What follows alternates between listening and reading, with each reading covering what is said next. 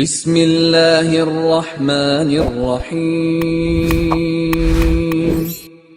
السلام علیکم ورحمۃ اللہ وبرکاتہ۔ الحمد للہ وکفی وسلام علی عبادہ الذین اصطفی، اما بعد۔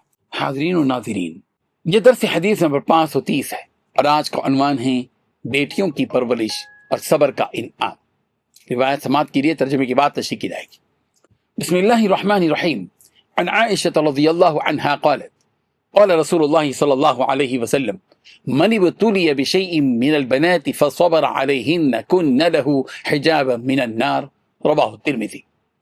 ترجمہ یوں ہے، ام المؤمنین حضرت عائشہ صدیقہ رضی اللہ عنہا سے مروی ہے، فرمایا کہ رسول اللہ صلی اللہ علیہ وسلم ارشاد فرماتے ہیں، جس شخص کو بیٹیوں کی پرورش کا موقع دیا گیا پھر اس نے ان کے معاملات میں صبر و تحمل سے کام لیا تو وہ بیٹیاں اس کے لیے جہنم سے پردہ اور حفاظت بن جائیں گی۔ اللہ اکبر۔ حاضرین و ناظرین، اس حدیث میں رسول رحمت صلی اللہ علیہ وسلم نے بیٹیوں کی عظمت، ان کی پرورش کی فضیلت اور ان کے ساتھ حسن سلوک کی اہمیت کو بیان فرمایا ہے۔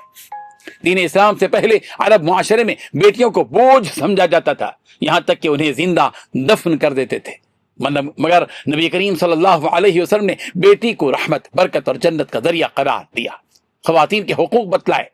نبی کریم صلی اللہ علیہ وسلم نے ارشاد فرمایا، جس شخص کو اللہ تعالیٰ بیٹیوں سے نوازے اور ان کی پرورش کرے، تربیت کرے، ضروریات کی تکمیل کرے اور ان تمام مراحل میں صبر سے کام لے تو یہی بیٹیاں قیامت کے دن اس کے لیے جہنم سے، دوزخ سے بچاؤ کا ذریعہ بن جائیں گی۔ اللہ اکبر۔ اس سے معلوم ہوتا ہے کہ بیٹیوں کی صحیح تربیت ایک عظیم ذمہ داری ہے اور نیکی کا کام ہے جس پر اللہ تعالیٰ بہت بڑا اجر عطا فرماتا ہے۔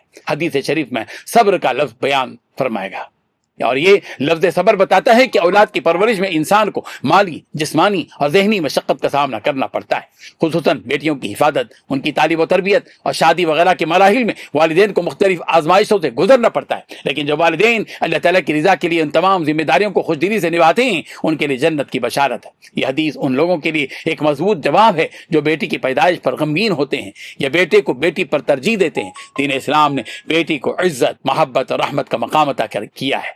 نبی کریم صلی اللہ علیہ وسلم خود اپنی صاحبزادیوں سے بے حد محبت فرماتے تھے۔ جب حضرت فاطمہ رضی اللہ عنہا تشریف لاتی تو آپ علیہ الصلوۃ والتسلیم کھڑے ہو جاتے، ان کا استقبال فرماتے اور انہیں اپنی جگہ پر بٹھاتے تھے۔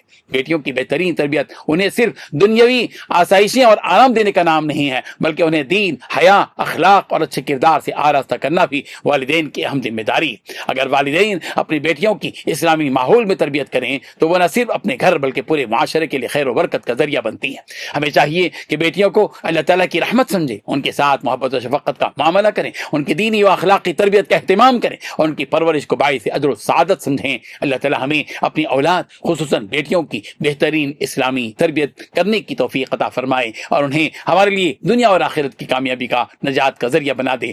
آمین۔ وآخر دعوانا ان الحمد للہ رب العالمین۔